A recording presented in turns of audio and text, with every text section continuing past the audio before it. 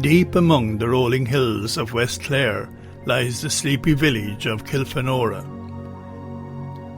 Most would say its chief claim to fame is the world-renowned Kilfenora Ceilidh Band. But within the heart of the village lies a cathedral dedicated to St. Fochnán, who founded an abbey here during the 6th century. An early mention in history is when it was plundered by Morach O'Brien in 1055. It was renovated but plundered again in 1079 and was accidentally burned down in 1100.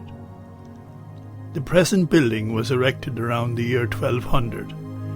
It cannot be described as architecturally beautiful, but it does have a charm. Perhaps it might be best described as a naive structure with a squat tower. The building consists of a nave, the roofed part, and a chancel with a small wing attached, known as the Lady Chapel. In 1837, the nave portion of the building was adopted for use as the Anglican parish church for Kilfenora.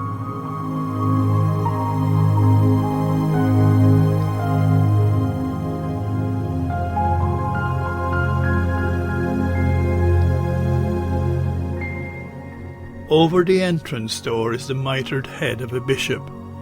This is remarkably well preserved. It surmounts a carved stone arch in which the door is recessed. The most interesting feature indoors is a large stone font which is from the 12th century. Another item of interest is a memorial to the MacDonagh family on the north wall, dated 1685. A second memorial was removed, but this one remained when the family challenged the church in the High Court and won.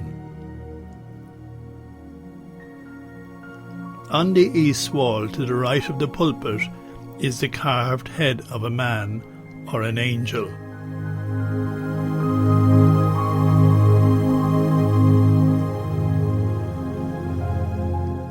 Outside again, around the back of the cathedral, the chancel, which is open to the elements, contains much which is of interest. The tree-light east window is particularly handsome.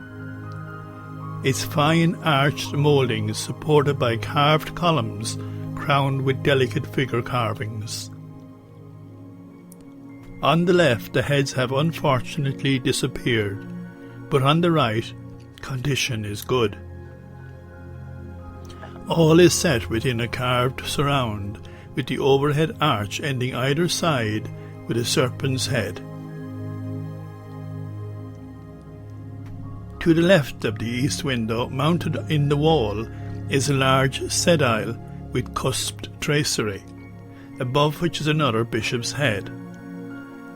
One pillar of the sedile is unfortunately missing. Otherwise, it is well preserved.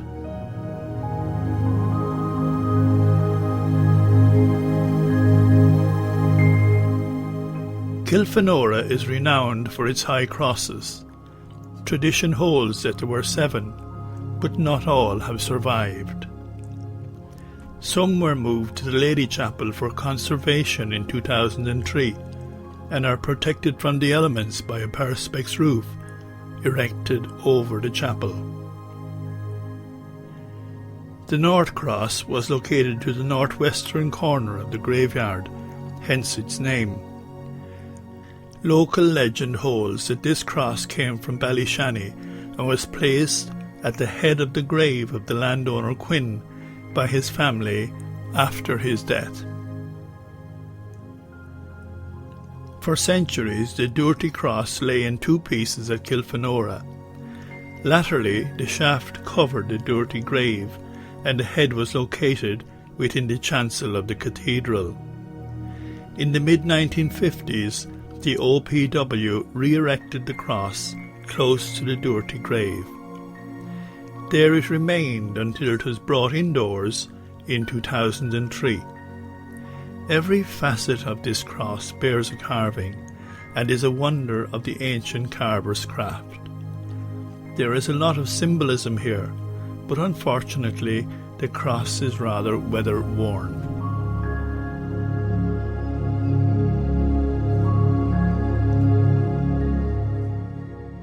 Situated in a field close to the church is the West Cross, the tallest of Kilfenora's crosses. It measures 4.5 metres high and is heavily ornamented on two sides with lacework and knot, but it is quite weathered, especially on the western side. The east face at the head features a crucified Christ above a heavily ornamented shaft. The Killaloe cross now stands in St. Flannan's Cathedral, Killaloe. Originally it stood on a hill overlooking Kilfenora village, but in 1820 it fell. It was given as a gift to Dr. Richard Mant, newly appointed Bishop of Killaloe, who removed it to Killaloe, where it was erected in the grounds of the Bishop's Palace.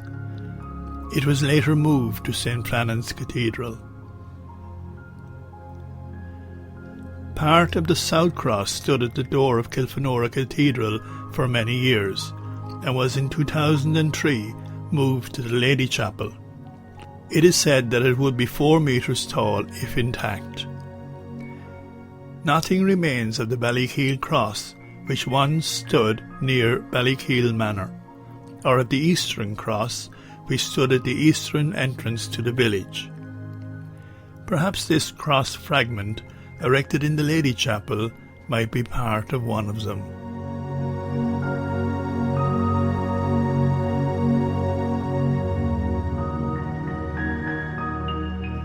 St. Falkland's Cathedral and its Celtic High Crosses are a big attraction in the region, and together with the Burns Centre make an interesting visitor experience.